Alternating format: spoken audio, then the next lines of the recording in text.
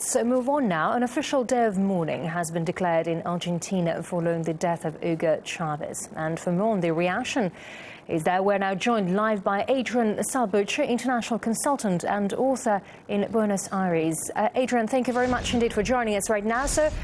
He was a huge figure in South American politics, of course. How will his death impact the continent? Can you tell us about the reaction in Argentina?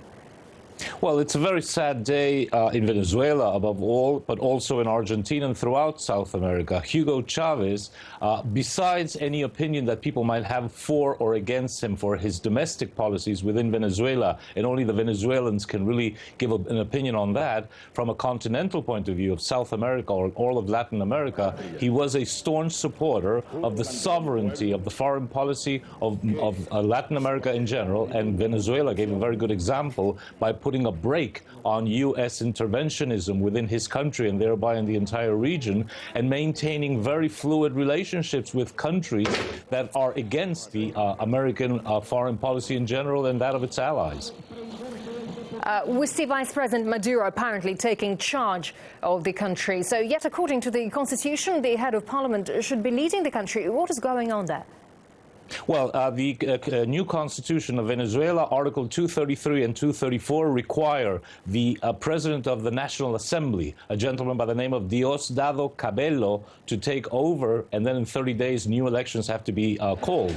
Now, Nicolás Maduro will be the Chavist officialist candidate, and he certainly stands a very good chance of re-election, especially with the country's emotional state right now. But Chavez had huge enemies within Venezuela, and more important, outside of Venezuela. So unfortunately, the United States in the first instance, and other countries such as Israel and other countries in Western Europe will do all they can to support the opposition candidate, a guy by the name of Capriles Radonsky, Henrique Capriles Radonsky, who came in second in the presidential elections and who will definitely have all the financial, political, and media support of the global power structures against Mr. Maduro as the Chavez candidate.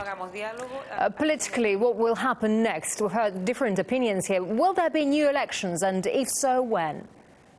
Oh, yes, there has to be, constitutionally, there have to be new elections within 30 days after the National Assembly President Diosdado Cabello takes over. So there will be elections. It will be Nicolás Maduro, the present vice president, Chavista, the officialist Chavista vice president, against Capriles Radonsky, who is the main opposition candidate. And the real concern is that the opposition counts with fullest support, as I say, from the United States and the other allied powers. Are we looking at a power vacuum at the moment? Isn't there the possibility of unrest?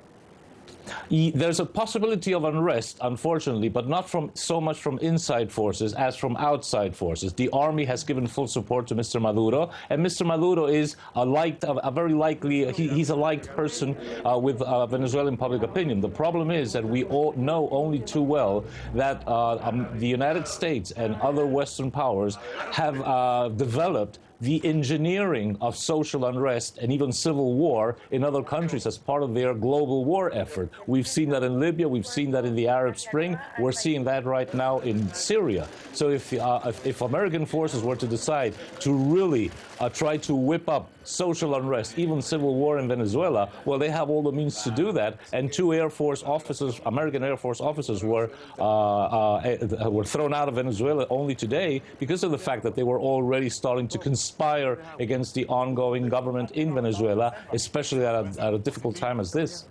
Right. What will be Washington's next move in the region now that one of its principal opponents gone?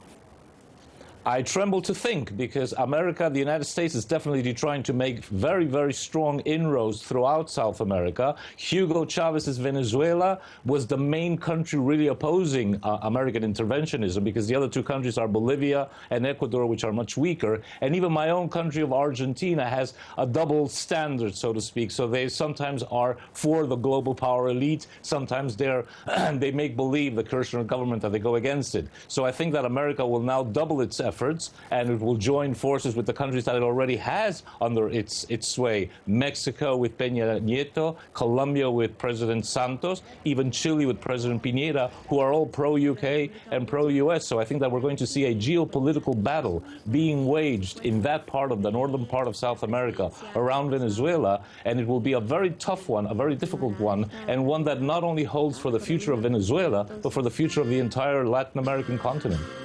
Adrian Salbuchi, international consultant and author in Buenos Aires. Adrian, thank you very much indeed. My pleasure. Thank you. And